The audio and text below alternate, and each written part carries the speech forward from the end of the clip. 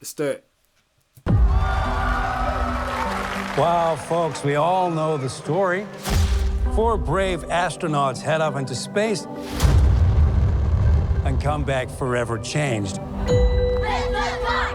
This car? Our city, our planet, owe a debt to these intrepid souls. And while we can never repay them... This is a good move to put it in a period that isn't close to our own. Because right now sucks. And it's not to say this allusion to the 50s was a simpler time for everyone. But it was, strangely, still a simpler time. Right now, things are a little tricky. Things are a little tricky. People are a little tricky. I think I'm going to leave it at that. We can certainly celebrate them. Thank you, Fantastic Four. Thank you. Thank you, Fantastic Four. Please welcome the fantastic... Bit of revisionist history there. Maybe they're thinking it's not 50s. It's actually 65. Version on 70s. Yeah, still not great. Big Four.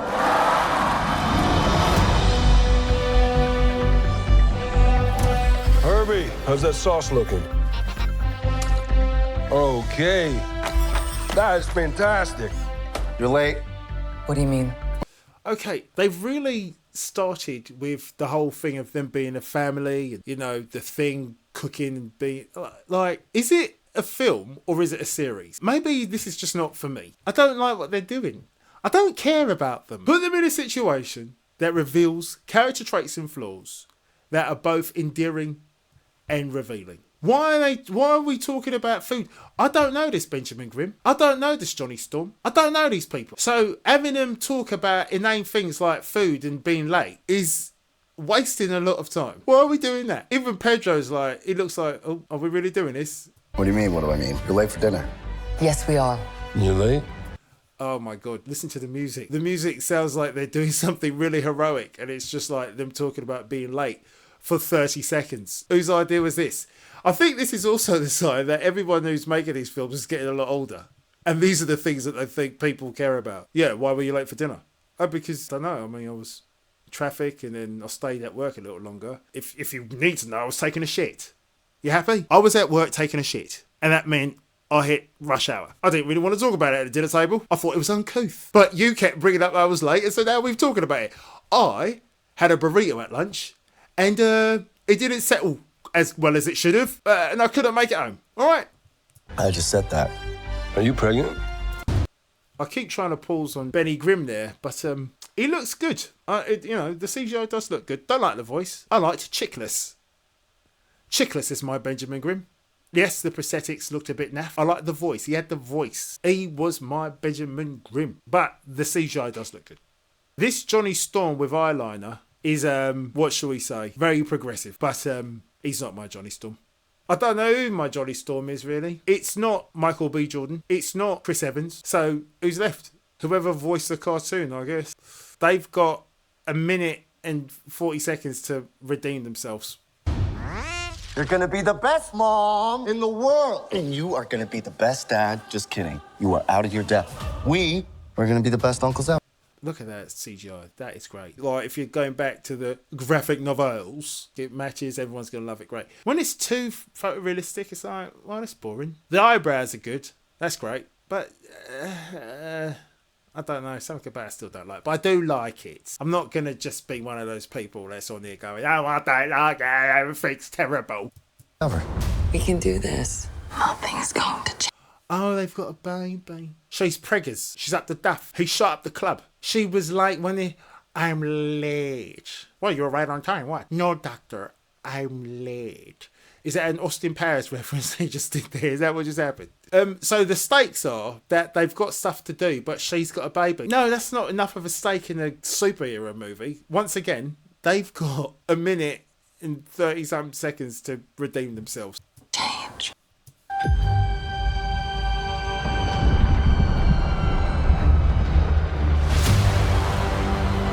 Are you the protectors of this world? Yes, we are. Your planet is now marked. Oh, it's the Silver Surfer. So they put all the money on Ben. And when they got to the Silver Surfer, they were like, thank you so much for doing the CGI on Ben Grimm. No problem. Happy to do it. That's fun. Yeah. Thing is, we also need to have a woman who is completely silver, right, and riding a silver surfboard. All right. Cool. Yeah, that sounds like fun. Yeah, we can do that. Yeah, great. The only thing is, we've got 5p. Is that going to be a problem? A problem for who? Like, for us? No. We just won't do it.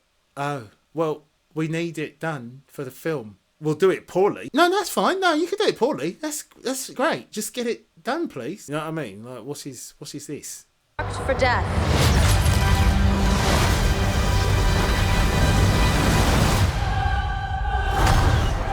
It's my fault. I stretched the bounds of space. And they hurt.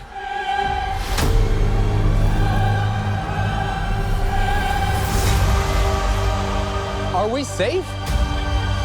Okay. What the hell was that first bit? The first minute was them talking absolute inane rubbish. To bury the lead, it looks great. Like the CGI looks fantastic. Everything looks pretty good. It looks fun. They took a minute to say that she was pregnant. They could have done that with a bit of a monologue. I can't lose you, or the baby. And he puts his hand on her stomach.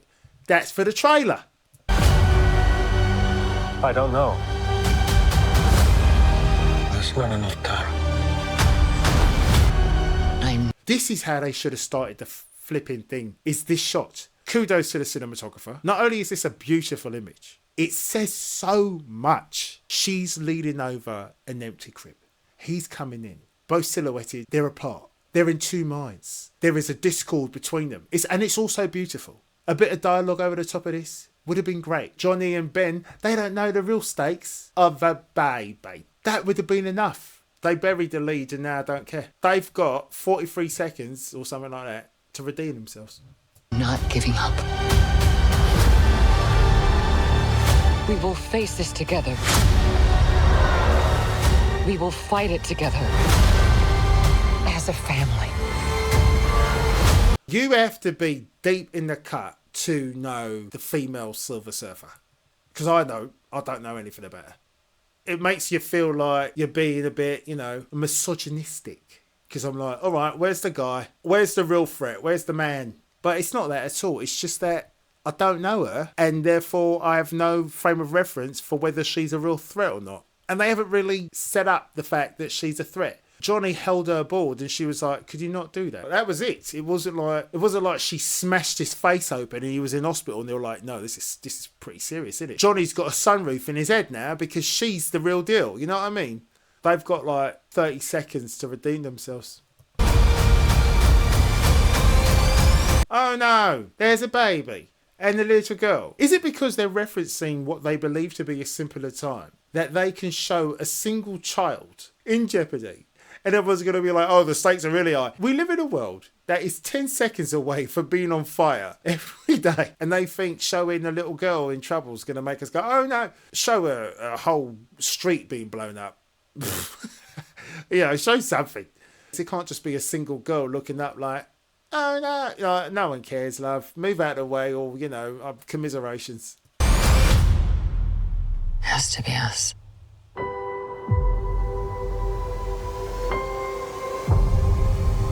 The Fantastic Four is not a particularly dynamic cartoon. There is something very cool about it. I think it's because it's a family. It's about people who have such a close bond that it's filial. It's not about friendship. And that's what they were trying to represent in the first minute. It's like they're family. Look, they're arguing like real families. Yeah, that's too literal. What we care about is this, the jeopardy. If you lose one another, it really means something. I don't understand who's in writer's rooms sometimes. There are no stakes here. I don't know who the Silver Surferess is. I don't care about their baby. I don't care about a little girl who might get crushed. I don't care about these things because, unfortunately, I am a nihilist. No, I don't know any of them. They haven't contextualised why I should care. They've just been like, they're human. Yes, all right, fine, they're human. Context is still needed because there's 8 billion of us and therefore it's hard to care and contextualise all of that without some, detail, which is what comes from the script. It's what comes from character bibles and stuff like that. Do you remember that stuff? Do you remember your job? Oh, God.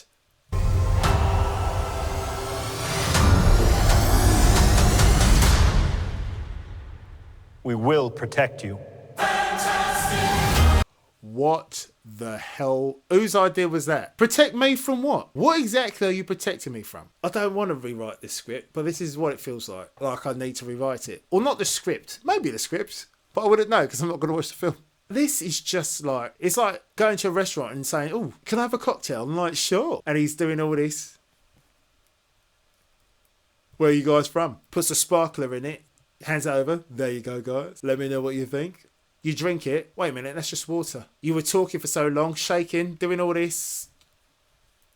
And at the end of it, what was that? A bland drink. Necessary. For Marvel, necessary. They've got to keep pumping them out. It's their job. They've got about 10 seconds to redeem themselves.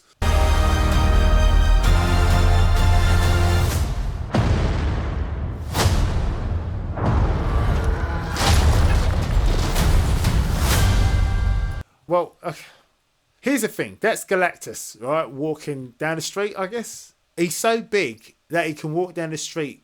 He doesn't knock over any buildings. Galactus is being courteous to real estate, is he? That was dumb. Oh, we want to show him walking down the street. So he's like Galactus, right? So he's walking down the street, knocking down buildings, crashing everything as he goes. No, hey, I told you, we've got 5p left, so we can't do that kind of... No. What do you want? Him just walking down the street? You just want him in the street? Put him in the streets. This is a shame. Pedro Pascal can't be in everything, and it's getting annoying that he is. Because now I'm watching it like, well, that's just the guy from The Last of Us, isn't it? That's just the guy from Wonder Woman. You need to have somebody who allows you to suspend disbelief. Anyway, so will I be watching this? No. All right.